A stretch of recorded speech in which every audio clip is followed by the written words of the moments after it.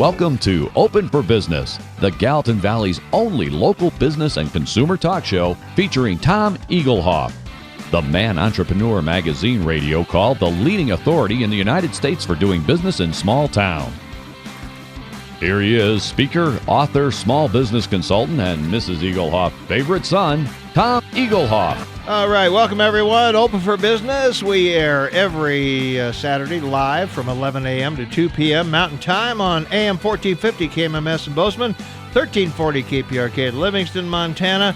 If you'd like to be a part of the big broadcast, go to KMMSAM.com and click Listen Live. The call-in number during the show, 406-522-TALK, 406-522-8255. I'm here, you're here. Let's get the show on the road. All right, welcome back, everyone. It's 43 degrees outside, Saturday, October 29, 2016, 25 minutes before the top of the hour. I want to welcome you to the podcast portion of Open for Business. Each week I share some tips and tricks I've learned over the years about advertising, marketing, promotion, and building strong, successful businesses. And I do these Open for Business podcasts live every Saturday between 11:30 and noon Mountain Time from the studios of AM 1450, KMMS in Bozeman, Montana, and 1340 KPRK in Livingston, Montana. And, of course, we stream worldwide on the net at KMMSAM.com. If you missed any of my previous podcasts, you'll find them all on my YouTube channel. And while you're there, why not subscribe to my YouTube channel, and you'll never miss another weekly podcast. You'll also find my podcasts on my website at smalltownmarketing.com. That's smalltownmarketing.com. Go about halfway down the homepage on the left side, and you'll find a link to the podcast page and the YouTube page so you can catch up on any of my podcasts that you might have missed. Today's topic, we want to do a little sales training. We want to talk about selling the solution, not the product. So who was the first person to fly solo across the Atlantic Ocean? Well, the correct answer is Charles Lindbergh, a name most of you would probably readily recognize. Second person to do it has probably been relegated to the back of a Trivial Pursuit game card. That, of course, would be the household name of Bert Hinkler. But amazingly, you probably know the third person to fly solo across the Atlantic, and that would be Amelia Earhart. So the question I have for you is this: was Amelia the third person to fly solo across the Atlantic, or the first what? Exactly, she was the first woman to do it. So instead of wallowing in third-place obscurity with Bert, she found a category to be first in that separates her from her competition. And this is the power and the magic of what is called positioning. Positioning is the technique of marketing and advertising your products or services in such a way that it groups your competition together and sets you apart as something better at the same time. It's a very powerful technique, and here's how to use it to your advantage. So why do customers buy what they buy? Every first-year business student would probably answer, we buy things because we need them. Oh, really? So you needed that Snickers bar. You needed the fancy wheels on your car. Are you getting the message? We buy things because they make us feel something. When emotion and logic come in conflict, emotion always wins. I need that Snickers bar to give me energy. I need those fancy wheels to increase the value of my car. We make an emotional decision, and then we create a logical argument to support it. As much as we'd like to think we make logical, well-informed decisions, we don't.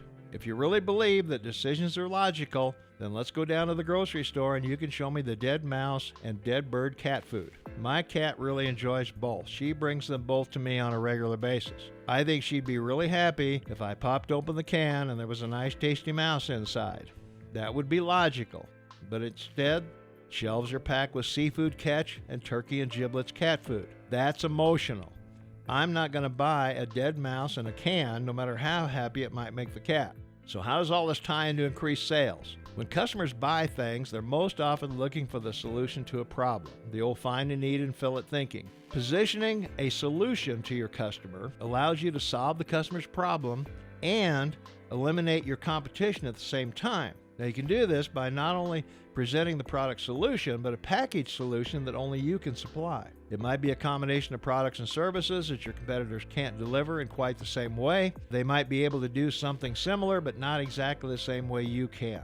Solution positioning has two very powerful advantages. First, when you solve a problem in a way that others can't, you can charge more for that solution. If you can offer the customer a way out of their painful emotional problem, they're more than willing to pay a premium for the remedy. When we go to the doctor and we're referred to a specialist, is there a perception that we're going to have to pay a little more for that service? The second advantage of solution positioning is that it makes price shopping harder for the customer. It focuses the customer on finding the solution to the problem rather than dwelling on its price. Solution positioning decreases the number of resources the customer can call on to solve the problem. The real value in the customer's mind is solving the problem. If you could do that, there's no reason for the customer not to buy from you. If you can solve my problem with your solution package and it eliminates my emotional discomfort, in most cases, I would happily pay more for that package. Now, keep pricing fair.